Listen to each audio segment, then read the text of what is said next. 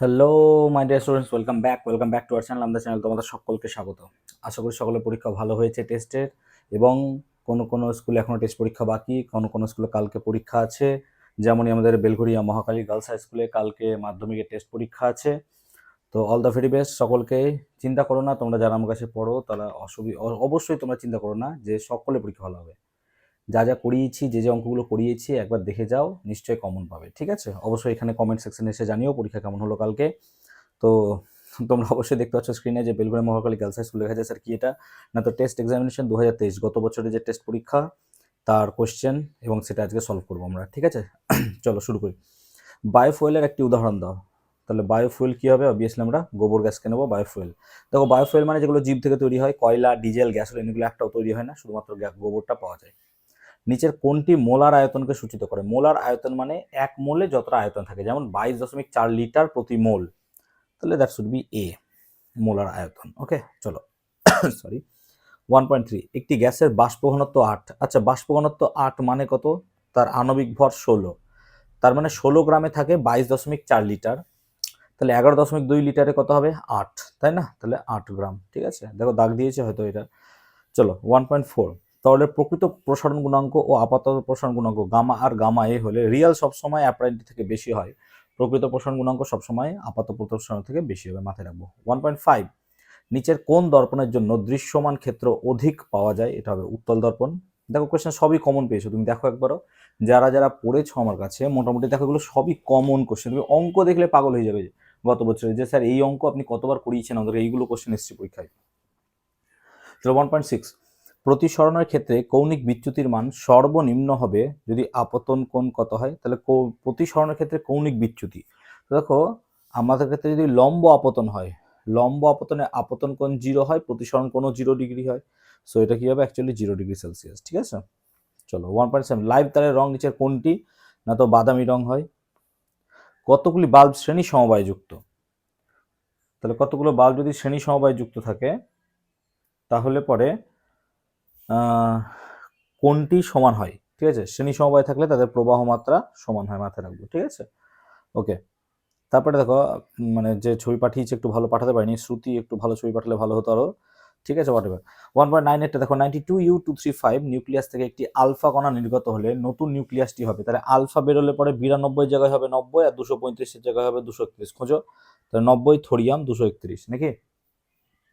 চলো 1.10, তারপর দেখো, প্রদত্ত কোনটির পারমাণবিক ব্যাসার্ধ সর্বাধিক? তার মানে কোনটার পারমাণবিক ব্যাসার্ধ হচ্ছে সর্বাধিক? তাহলে পারমাণবিক ব্যাসার্ধ হচ্ছে সবচেয়ে সর্বাধিক হচ্ছে এটা, যেহেতু ক্ষার ধাতু শ্রেণী দিয়েছে, তাহলে উপর থেকে নিচে নামলে পারমাণবিক ব্যাসার্ধ বৃদ্ধি পায়, তাহলে কে বা পটাশিয়ামের সব থেকে বেশি হবে। চলো পরেরটা দেখি। 1.11, HCl যৌগে দেখা যায়, তাহলে HCl যৌগে দেখা যায় সমযোজী বন্ধন। ওকে, প্রদত্ত কোনটি তড়িৎ পরিবহনে সক্ষম? গলিত NaCl। ঠিক আছে, আচ্ছা আর দেখি কিছু আছে কিনা। গ্লুকোজ, কঠিন NaCl, না এগুলো হবে না। কালো উত্তপ্ত CuO এর মধ্য দিয়ে NH3 গ্যাস চালনা করলে, তাহলে কালো CuO এর মধ্য দিয়ে যদি আমরা NH3 গ্যাস চালনা করি, ঠিক আছে, তাহলে নাইট্রোজেন গ্যাস পাওয়া যায়। তোমাদের বিক্রিয়াটা নিশ্চয়ই মনে আছে, N2 গ্যাস প্রস্তুত পায়। রেড হেমাটাইটের সংকেত কত হবে? Fe2O3। ঠিক আছে, সো Fe2O3 হচ্ছে রেড হেমাটাইট। চলো 1.5, OH মূলক, দাঁড়াও রেড হেমাটাইটটা একবার চেক করে নিই আমি। হ্যাঁ, বেকার আজকে কোনো রকমের রিস্ক নেওয়া যাবে না, সো আমি বলে দিচ্ছি, হয়তো এই কোশ্চেনটাই তোমরা পেলে। রেড হেমাটাইট ফর্মুলাটা একবার দেখে নিই যে H2O থাকে কিনা, জাস্ট কারণ অপশানে H2 দেওয়া আছে, আমার এই মুহূর্তে মনে পড়ছে না। না, Fe2O3 হবে। সো Fe2O3 হচ্ছে রেড হেমাটাইট। OH মূলক যুক্ত কিন্তু অ্যালকোহল নয় যৌগটি হলো, এটাও ক্লাসে করেছিলাম, এটা হচ্ছে বেঞ্জাইল অ্যালকোহল C6H5OH। ঠিক আছে, C6H5 এটা হচ্ছে বেঞ্জিন, অ্যাকচুয়ালি বেঞ্জাইল বন্ড এরকম থাকে স্ট্রাকচার। দেখো তো, মনে করো তো ক্লাসে এঁকেছিলাম কিনা, এটা হচ্ছে বেঞ্জিন বা বেঞ্জাইল অ্যালকোহল। ওকে ওকে, চলো 2.1, কোন জ্বালানির তাপন মূল্য সবচেয়ে বেশি? কোশ্চেনটা রং কোশ্চেন, রং বলবো এই কারণে, এরকম জ্বালানি তো অনেক আছে, তুমি লিকুইড অক্সিজেন বা হাইড্রোজেন নিতে পারো। সো লিকুইড হাইড্রোজেন এর অনেক বেশি, তবে এটা কোন জীবাশ্ম জ্বালানি বললে পরে বেটার হতো। থাক। ভারতে কোন গাছের বীজ থেকে বায়োডিজেল প্রস্তুত করা হয়? কতবার কোশ্চেনটা করিয়েছি ক্লাসে, ভাবো, জাস্ট ইমাজিন করো। জ্যাট্রোফা উদ্ভিদের তেল থেকে নাকি, জ্যাট্রোফা উদ্ভিদের বীজ থেকে। সৌরকোষে শক্তির কি ধরনের রূপান্তর ঘটে? না তো সৌরশক্তি থেকে তড়িৎ শক্তি বা বিদ্যুৎ শক্তি উৎপাদন হয়। পরম শূন্য উষ্ণতায় আদর্শ গ্যাসের আয়তন কত হয়? 0। সত্য না মিথ্যা লেখো। উচ্চ উষ্ণতা এবং উচ্চ চাপে, কখনোই নয় নিম্ন চাপে হয় নাকি, উচ্চ উষ্ণতা নিম্ন চাপে বাস্তব গ্যাস আদর্শ গ্যাসের ন্যায় আচরণ করে, তাহলে উচ্চ উষ্ণতা নিম্ন চাপ হবে, সো মিথ্যা। দ্বিধাতব পাতের একটি ব্যবহার লেখো, অগ্নি সংকেত যন্ত্রে ব্যবহার করা হয়। সমতল দর্পণের ফোকাস দৈর্ঘ্যের মান কত হয়, অসীম, ঠিক আছে, অসীম হয়। ক্যামেরায় কোন ধরনের লেন্স ব্যবহার করা হয়, না তো ক্যামেরায় উত্তল লেন্স ব্যবহার করা হয়। আলোর কোন ধর্মের জন্য আকাশকে নীল দেখায়, আলোর বিক্ষেপণ ধর্মের জন্য আকাশকে নীল দেখায়। বিক্ষেপণ কিন্তু বিচ্ছুরণ, অনেক স্টুডেন্ট বিচ্ছুরণ লেখো, নয় বিক্ষেপণ, বিক্ষেপণ। বৈদ্যুতিক মোটরে কোন শক্তি কোন শক্তিতে রূপান্তরিত হয়, না তো বৈদ্যুতিক মোটরে তড়িৎ শক্তি যান্ত্রিক শক্তিতে রূপান্তরিত হয়।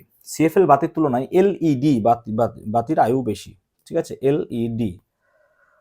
1 কুলম্ব তড়িৎ আধানকে 1 ভোল্ট বিভব প্রভেদের বিরুদ্ধে নিয়ে যেতে কত কাজ করতে হবে, 1 জুল কাজ করতে হবে। চলো, কোন ধরনের নিউক্লিয় বিক্রিয়ায় সূর্য শক্তির উৎস, নিউক্লিয় সংযোজন, দ্যাট উইল বি নিউক্লিয় সংযোজন। ওকে, তারপর বাম স্তম্ভ আর ডান স্তম্ভ। বাম স্তম্ভ মুদ্রা ধাতু, এটা হবে কি কপার। আয়রন, এটা হচ্ছে সন্ধিগত মৌল। তাপীয় বিজারণ, এটা হচ্ছে এইচজি। খাদ্য লবণ, তড়িৎযোজী যৌগ। 4-3-2-1, কি সুন্দর। আচ্ছা, অ্যাসিড মিশ্রিত জলের তড়িৎ বিশ্লেষণে 100 ml H2 গ্যাস উৎপন্ন হলে কত আয়তন O2 গ্যাস পাবে, 50 ml। কেন, না তো আয়তনে 2:1 তৈরি হয়, তাহলে এখানে যদি দ্বিগুণ তৈরি হয়, এখানে 1 গুণ তৈরি হবে, তাহলে 50 ml, ঠিক আছে। তারপর তড়িৎ পরিবহন করে অথচ তড়িৎ অবিশ্লেষ্য এমন একটি অধাতুর নাম লেখো, গ্রাফাইট, ঠিক আছে, একটা অধাতু হবে গ্রাফাইট। গ্যাস কার্বনও লিখতে পারো, দ্যাট শুড বি অলসো। ওকে, একটি জৈব মৃদু তড়িৎ বিশ্লেষ্য পদার্থের নাম লেখো, এটা হবে CH3COOH বা অ্যাসিটিক অ্যাসিড, ঠিক আছে। গ্যাস থার্মোমিটার প্রস্তুতিতে কোন গ্যাস ব্যবহৃত হয়, গ্যাস থার্মোমিটারের প্রস্তুতিতে তোমার নাইট্রোজেন গ্যাস ব্যবহার করা হয়, নাইট্রোজেন, ঠিক আছে। স্পর্শ পদ্ধতিতে H2SO4 প্রস্তুতিতে অধিক উপযোগী অনুঘটকের নাম ও সঙ্গে ভ্যানাডিয়াম পেন্টঅক্সাইড V2O5, ঠিক আছে। আর 2.15 কি বলছে, সোডিয়াম হাইড্রোক্সাইড দিয়ে ক্ষারকৃত H2S এর জলীয় দ্রবণে কয়েক ফোঁটা সোডিয়াম নাইট্রোপ্রোসাইড দ্রবণ দিলে পরে নীল বা গাঢ় বেগুনি, নীল দ্রবণ লিখতে পারো, ঠিক আছে, নীল বা গাঢ় বেগুনি তৈরি হয়। প্রজ্বলক মিশ্রণ কাকে বলা হয়, কোনো একটা বিক্রিয়া শুরু করার জন্য, যে আমাদের মানে তাপ উৎপাদন করার জন্য যে পদার্থকে জ্বালানো হয়, সেই মিশ্রণটাকে বলি প্রজ্বলক মিশ্রণ। যেমন ধরো থার্মিট পদ্ধতিতে তোমার ম্যাগনেসিয়াম ফিতাকে ইউজ করা হয় প্রজ্বলক মিশ্রণ হিসেবে, ঠিক আছে, ক্লিয়ার। চলো 2.17, আচ্ছা 2.17 এর কোশ্চেন। আচ্ছা, অথবা জিঙ্কের একটি আকরিকের নাম জিঙ্ক ব্লেন্ড বা ব্ল্যাক জ্যাক লিখতে পারো, সংকেত হবে ZNS, নাকি সংকেত কি হবে, ZNS। টেফলনের মনোমারের নাম 1122 টেট্রাফ্লোরোইথিলিন বা টেট্রাফ্লোরোইথিলিন, সংকেত কি হবে CF2 ডবল বন্ড CF2। দেখো অনেকে দেখলাম টেস্ট পরীক্ষা নিলাম আমি তোমাদের যেটাতে আগে আমি, তো এরকম দিয়ে রেখেছো, বাবু এরকম দেবে না, হ্যাঁ এরকম দেবে না, তুমি শুধু মনোমারটা লেখো CF2 ডবল বন্ড CF2, ঠিক আছে। আচ্ছা, নিচের ইউপ্যাক যৌগটির নাম লেখো। আচ্ছা, CH3CHCHO, তাহলে 1 2 3 নাকি, কতবার করিয়েছি ক্লাসে আমি বাবা, সো 1 2 3, এটা হচ্ছে প্রোপানল। CHO আছে, তাহলে অ্যাল, প্রোপানেল, আর 2 তে মিথাইল আছে, তাহলে নাম কি হবে 2 মিথাইল প্রোপানেল, নাকি কত সহজ ছিল নামটা, নিশ্চয় পারবে তোমরা, ঠিক আছে। তাহলে 18টা শর্ট প্রশ্ন, আর ওদিকে 15টা সবগুলো শর্ট প্রশ্ন মোটামুটি আমি এখানে করালাম। 18টা না, অ্যাকচুয়ালি 21টা থাকে, ঠিক আছে। তো তোমাদের শর্ট প্রশ্নগুলো কেমন লাগলো, যারা মহাখালীতে পড়ো অবভিয়াসলি নিচে কমেন্ট সেকশনে জানাও, হাই লেখো, হাই স্যার, ঠিক আছে। সো হাই স্যার লিখতে পারো তোমরা, ঠিক আছে। আশা করি তোমাদের ভিডিওটা ভালোই লাগছে, ঠিক আছে। চলো পরের প্রশ্নগুলো দেখি। ওজোন স্তর ধ্বংসে নাইট্রিক অক্সাইডের ভূমিকা বিক্রিয়া সহ উল্লেখ করো। দেখো কমন কোশ্চেন, আমার নোটসে দেওয়া আছে সুন্দর করে, তোমাদের বইও আছে, অসুবিধা নাই। গ্রিন হাউস প্রভাব দেখা যায় না এমন গ্যাসগুলির নাম লেখো, যেমন অক্সিজেন হতে পারে, নাইট্রোজেন হতে পারে, এরকম কতগুলো গ্যাসের নাম লিখতে হবে। এরা কেন গ্রিন হাউস প্রভাব দেখায় না, কারণ এরা তোমার সূর্য থেকে আগত আলোক রশ্মিকে ঢুকতেও দেয় এবং পৃথিবী থেকে বিকরিত অবলোহিত রশ্মিগুলোকেও বেরিয়ে যেতে দেয়। এরা কোনো রকম রশ্মির আলো বা তাপ শোষণ করে না বলে এরকম বলা যায়। আচ্ছা, অ্যাভোগাড্রো সূত্রের সাহায্যে গেলুসাকের গ্যাস আয়তন সূত্র তোমাদের টেক্সট বুকে এটা খুব সুন্দর করে ব্যাখ্যা করে দেওয়া আছে, দেখবে দুটো বিক্রিয়ার সাহায্যে, আমি বিক্রিয়াটা বলেও দিচ্ছি, N2 + 3H2 অ্যারো দিয়ে 2NH3, এই বিক্রিয়া দিয়ে দেখবে এটা করে দেওয়া আছে সুন্দর করে, ঠিক আছে। আর এর অথবার অঙ্কটা কতবার ক্লাসে করিয়েছি বলো, দেখো, তাই না, বলো তোমরা বলো, অথবা কতবার করিয়েছি অঙ্কটা, প্রচুরবার করিয়েছি, তো চলো একবার আমি করেও দিই। অঙ্কটা বুঝতে হবে, লাস্ট ক্লাসে অঙ্কটা করালাম, লাস্ট ক্লাস মনে করে দেখো তো, আমি তোমাদের কত অঙ্ক করিয়েছি, জাস্ট ইমাজিন করো কতবার অঙ্ক করিয়েছি, কত অঙ্ক করিয়েছি। মানে তোমরা বোধহয় অঙ্কে মতো অঙ্ক করনি যতটা ফিজিক্যাল সায়েন্সে তোমাদের অঙ্ক করিয়েছি ভাই, তাই না। মনে করো রাসায়নিক গণনা 80-90টা করে অঙ্ক, মনে করো গ্যাসের আচরণ 70-80টা করে অঙ্ক, চলতরিৎ 100টা অঙ্ক, ভাই কি অঙ্ক করিয়েছি। জানি না তোমরা কতটা ভালো করে করেছো, বাট একবার রিভিশন দাও, একবার খালি খাতাগুলো উল্টাও, যে স্যার চোখের কোণে দেখো জল আসবে, যে কত অঙ্ক করিয়েছি আমি। ওকে, বলছে একটি পাত্রে 30 ডিগ্রি সি তাপমাত্রা, তাহলে টি ওয়ানটা হচ্ছে 30 ডিগ্রি, তাছাড়া 30 + 273 মানে কত, 303 কেলভিন, তাই তো? এটাই করতে হয় আমাদেরকে। আচ্ছা, কিছু পরিমাণ বায়ু আছে, তাহলে ভি ওয়ানটাকে ধরলাম ভি। ওকে, কিছু পরিমাণ মানে ভি ওয়ানটাকে ভি ধরলাম। বলছে কোন তাপমাত্রায় এত বায়ু বেরিয়ে যাবে। আচ্ছা তুমি বলো, তোমার কাছে একটা বেলুন আছে, বেলুনে তুমি উত্তপ্ত করছো, তাহলে বেলুনটার আয়তন কি হবে, বাড়বে। কিন্তু আমি বলছি কি, বেলুনটাকে আয়তনে বাড়তে দেবো না, তাহলে কি হবে, তাহলে কিছুটা বায়ু বেরিয়ে যাবে। তার মানে উত্তপ্ত যদি করো, তাহলে বায়ুর অন্তিম আয়তন তো বাড়বে, কতটা, 1/3 এইটুকু ভাবো। বেরিয়ে যাবে মানে মাইনাস নয় বাবা, উত্তপ্ত করলে বায়ু বাড়বে। তাহলে ভি টু কত হবে, ভি তো ছিলই, তার সাথে 1/3 বাড়লো, তার মানে কত হলো, 4v/3। তাহলে টি2 মানই বার করতে দেবে, আর পড়ছি না অঙ্ক, টি2 মানই বার করতে দেবে। তাহলে সূত্র কি ছিল, v1/v2 সমান কত ছিল, t1/t2। এবার তো জল ভাত হয়ে গেল, জল ভাত নাকি। তাহলে v/4v ওপরে 3 চলে গেল সমান t1 হচ্ছে 303, আর t2 কত, বাই t2 লিখে দিলাম। তার মানে দেখো ভি যদি কেটে যায়, আমি এখানে কাটতে পারবো 101-এ নাকি, 303-কে 3 কাটবে 101-এ, তাহলে টি2 মানে কত হলো, 404। আর 404 থেকে যদি 273 বাদ দিয়ে দাও, তাহলে কত পড়ে থাকে, 4 থেকে 3 বাদ দিলে 1, 10 থেকে 7 হলে 3, 10 3 131 ডিগ্রি সেলসিয়াস। একবার ক্রস চেক করে নিও, ঠিক আছে, ঠিক করলাম কিনা। তার মানে লজিকটা হবে এরকম, তাহলে 131 ডিগ্রি সেলসিয়াস। ওকে, সোজা ছিল। আচ্ছা, পাতলা লেন্সে আলোক কেন্দ্রের সংজ্ঞা কমন, 220 ভোল্ট 100 ওয়াট বাতির রোধের ফর্মুলা কত হয়, v²/p। এই রকম অঙ্ক আমি আগের দিন চলতরিতে করালাম, তোমরা চলতরিতে যখন অঙ্ক রিভিশন করাচ্ছিলাম, ভাই এগুলো সব করিয়ে দিয়েছি, তোমরা প্লিজ ভালো করে পরীক্ষা দিও। 220/100, 0000, 484 ওম নাকি বাবা, দেখে নিও তো একবার। আচ্ছা, রূপার রোধাঙ্ক এত বলতে কি বোঝায়, এ বোঝায় যে রূপার তৈরি একটি পদার্থের 1 ওহম প্রাথমিক রোধযুক্ত কোনো পদার্থের বা পরিবাহীর তোমার 1 ডিগ্রি সেলসিয়াস উষ্ণতা বৃদ্ধিতে যে পরিমাণ রোধ বাড়বে সেটা হচ্ছে 1.66 × 10⁻⁶ ওম। আই রিপিট, 1 ওহম প্রাথমিক রোধযুক্ত একটি রূপার দণ্ডের 1 ডিগ্রি সেলসিয়াস উষ্ণতা বৃদ্ধিতে 1.66 × 10⁻⁶ ওম রোধ বৃদ্ধি পাবে, ঠিক আছে। তো 3.5, দুটি মৌল এ ও বি এর ইলেকট্রন বিন্যাস, এই টাইপের অঙ্কগুলো দেখে নাও। আচ্ছা, এ এর ইলেকট্রন বিন্যাস দিয়েছে 2,7, আর বি এর ইলেকট্রন বিন্যাস দিয়ে দিয়েছে 2,8,2। এগুলো পরীক্ষায় প্রচুর, প্রত্যেক স্কুলে কোশ্চেন দিয়েছে। এ ও বি মৌল দুটি যৌগ গঠন করলে উৎপন্ন যৌগের সংকেত কি হবে, আচ্ছা 7 মানে এর একটা দরকার, আর এ তো দুটো ইলেকট্রন ছাড়বে, তার মানে বি ছাড়বে দুটো ইলেকট্রন, তাহলে বি এর সর্বশেষ কক্ষে দুটো ইলেকট্রন আছে, আর এ এর সর্বশেষ কক্ষে 7টা ইলেকট্রন, 1 2 3 4 5 6 7। তাহলে বি একটা ইলেকট্রন এখানে দেবে, আর একটা 1 2 3 4 5 6 7 আটটা ইলেকট্রন এখানে দেবে, এইভাবে শিখেছিলাম, মনে করে দেখো। তার মানে বি এর সর্বশেষ কক্ষ হলো 1 2 3 4 5 6 7 8, তাহলে বি হয়ে গেল 2+, আর দিকে 2a 2a 1 2 3 4 5 6 7 8 নাকি এরকম হয়ে যাবে। তার মানে এটা হয়ে যাবে BA2। দেখো এইভাবেই তৈরি হওয়া উচিত BA2, এবং এটা অবভিয়াসলি কি হবে না, তো রাসায়নিক বন্ধন হবে তড়িৎযোজী বন্ধন, কারণ ইলেকট্রন আদান প্রদানই হবে এক্ষেত্রে, ঠিক আছে। চলো নেক্সট, সোডিয়াম ক্লোরাইডের আণবিক ওজন 58.5 যুক্তিসঙ্গত নয় কেন। দেখো সোডিয়াম ক্লোরাইডের ক্ষেত্রে আণবিক ওজন কথাটা ব্যবহার আমরা করতে পারি না, কারণ আণবিক ওজন শুধুমাত্র সমযোজী যৌগ বা যেখানে অণুর অস্তিত্ব আছে সেই সমস্ত যৌগের ক্ষেত্রে অ্যাপ্লিকেবল।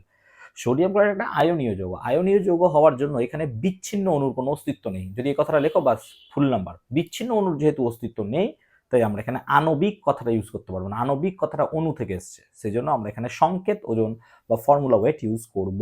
চলো নেক্সট দেখি। আচ্ছা, CO2 অণু লুইস ডট গঠন একদম জানো, রাসায়নিক সমীকরণ সহ দেখাও যে দুটি গ্যাসীয় পদার্থ, যেমন ধরো NH3 এমনই একটা গ্যাসীয় পদার্থ, HCl হাইড্রোজেন ক্লোরাইড এটাও একটা গ্যাসীয় যৌগ, এরা পরস্পর যুক্ত হয়ে তৈরি হচ্ছে NH4Cl, এটা একটা কঠিন পদার্থ, সাদা ধোঁয়া তৈরি হয়।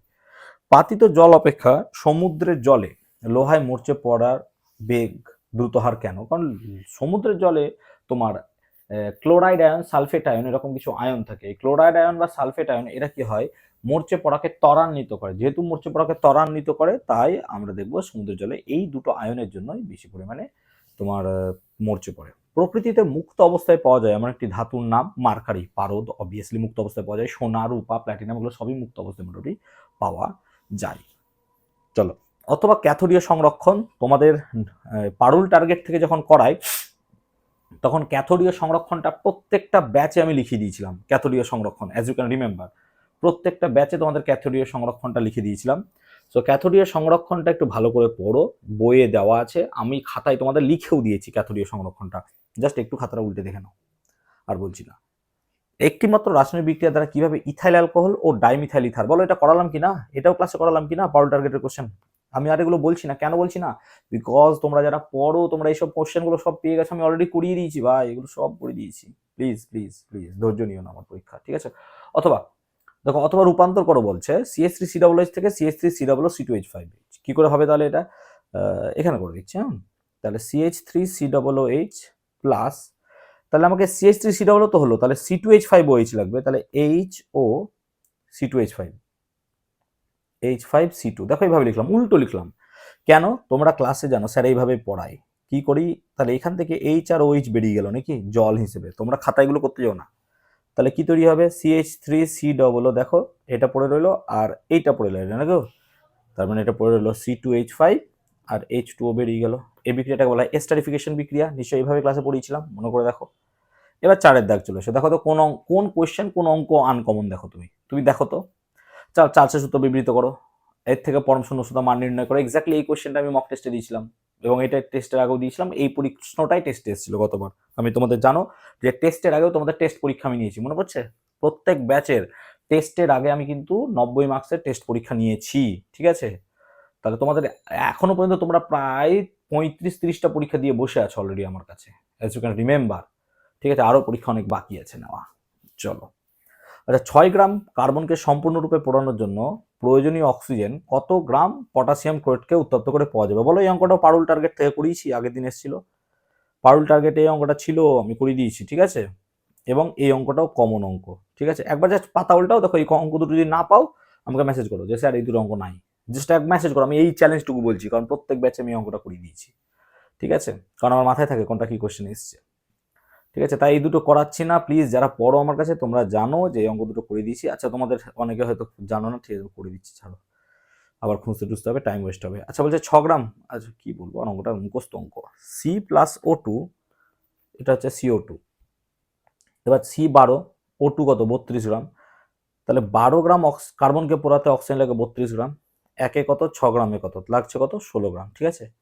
এবার বলছে এই 16 গ্রাম অক্সিজেনকে পেতে গেলে কত গ্রাম পটাশিয়াম ক্লোরাইডকে উত্তপ্ত করতে হবে, তাহলে উত্তপ্ত করলাম পটাশিয়াম ক্লোরাইডকে, তাই না, দেখো, তাহলে 2KClO3 মানে কত হয়, ক্লাসে মুখস্থ করিয়ে দিয়েছিলাম আমি, 245 গ্রাম হয়, অঙ্ক করিয়ে করিয়ে। আর 3O2 মানে কত 96 গ্রাম, তাহলে 96 গ্রাম O2 পাওয়া যাচ্ছে 245 গ্রাম থেকে, একে কত 16তে কত কত হয় 40.83 অ্যান্সার, তাও বলে দিচ্ছি আমার মুখস্থ আছে যেহেতু, ঠিক আছে, দেখে নিও। দেখো তো কি অঙ্ক ছিল, বলবে স্যার এইভাবে অঙ্ক করলে তো, আরে এই অঙ্কগুলো কমন অঙ্ক একদম বাবা, পড়ানো ক্লাসে বহুবার করিয়েছি এই অঙ্ক আমি, ঠিক আছে। আচ্ছা, 21 গ্রাম লোহিত তপ্ত লোহার উপর দিয়ে স্টিম চালনা করলে কত গ্রাম হাইড্রোজেন পাওয়া যাবে, বিক্রিয়াটা অনেকে ভুল লেখো, তাই বিক্রিয়াটা লিখে দিচ্ছি, 3Fe plus 4H2O, Fe3O4 plus 4H2। এবার লোহিত তপ্ত লোহার উপর দিয়ে 3 × 56 মানে কত হয় 168 গ্রাম, আর হাইড্রোজেন মানে কত 8 গ্রাম, তাহলে 168-তে 8 পাওয়া যায়, একে কত 21 গ্রামে কত, চলো বার করে নাও, 1 গ্রাম হবে অ্যান্সার নাকি, এটাও তো করানো অঙ্ক, এটাও করানো অঙ্ক, সেগুলো কমন কোশ্চেন একদম, ঠিক আছে।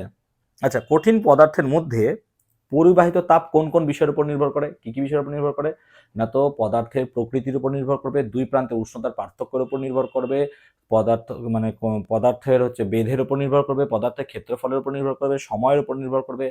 ওই যে তোমরা তাপের পরিবহন, যেখানে Q equal to K A theta two minus, একটা ফর্মুলা ছিল, Q equal to K A theta two minus theta one T by D, এই যে ফর্মুলাটা ছিল, এই ফর্মুলার জায়গাটায় পড়তে হবে, ঠিক আছে।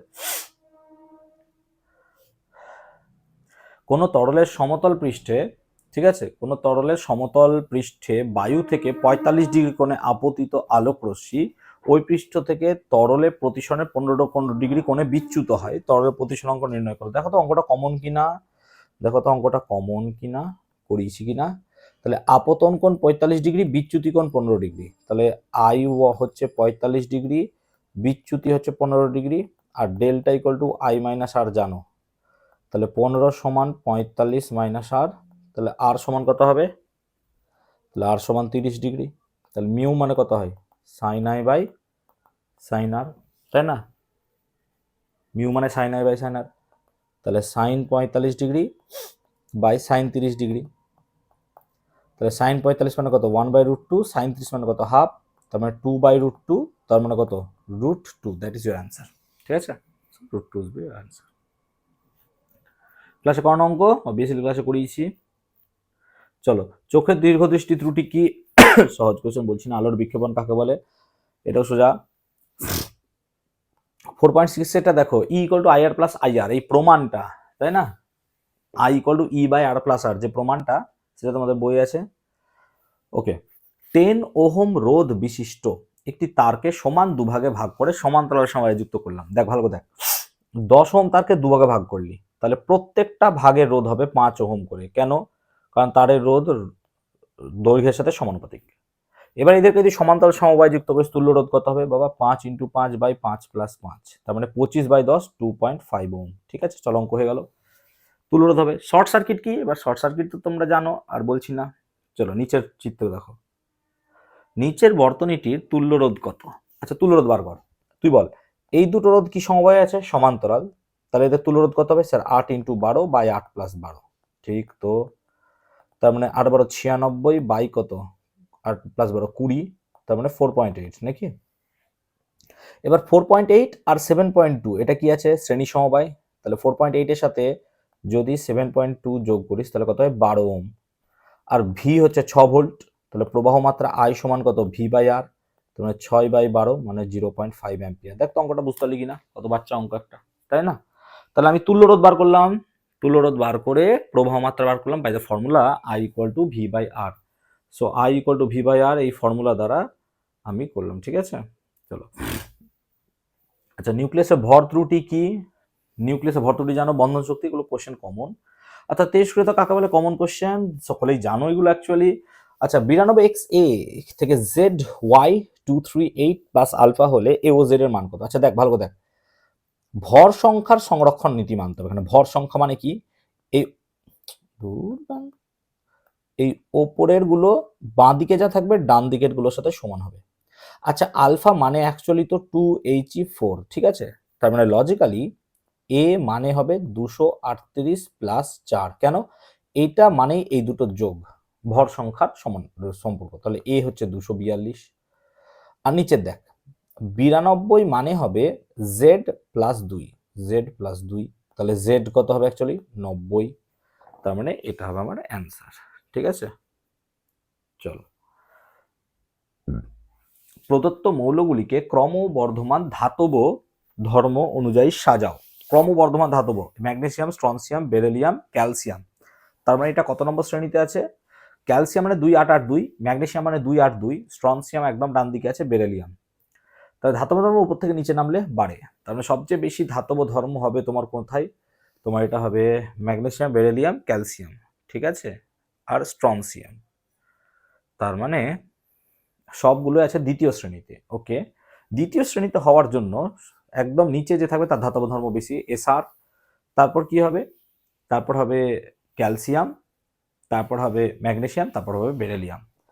ক্রমবর্ধমান, তাহলে বেরিলিয়ামের থেকে হবে ম্যাগনেসিয়াম, তারপর ক্যালসিয়াম, তারপর স্ট্রনসিয়াম। ওকে, মৌলের তড়িৎ ঋণাত্মকতা, কমন কোশ্চেন। পর্যায় সারণীতে মৌলের তড়িৎ ঋণাত্মকতা কিভাবে পরিবর্তিত হয়? Common question. ঠিক আছে, আচ্ছা, একটি অবিশুদ্ধ কপার দণ্ড থেকে তড়িৎ বিশ্লেষণ পদ্ধতিতে বিশুদ্ধ কপার প্রস্তুতিতে ক্যাথোড হিসেবে কি নেবে তুমি? পাতলা কপার ধাতুর দণ্ড। অ্যানোড কি নেবে? ব্লিস্টার কপার বা অবিশুদ্ধ কপার। আর তড়িৎ বিশ্লেষণ রূপে নেব কপার সালফেটের জলীয় দ্রবণ।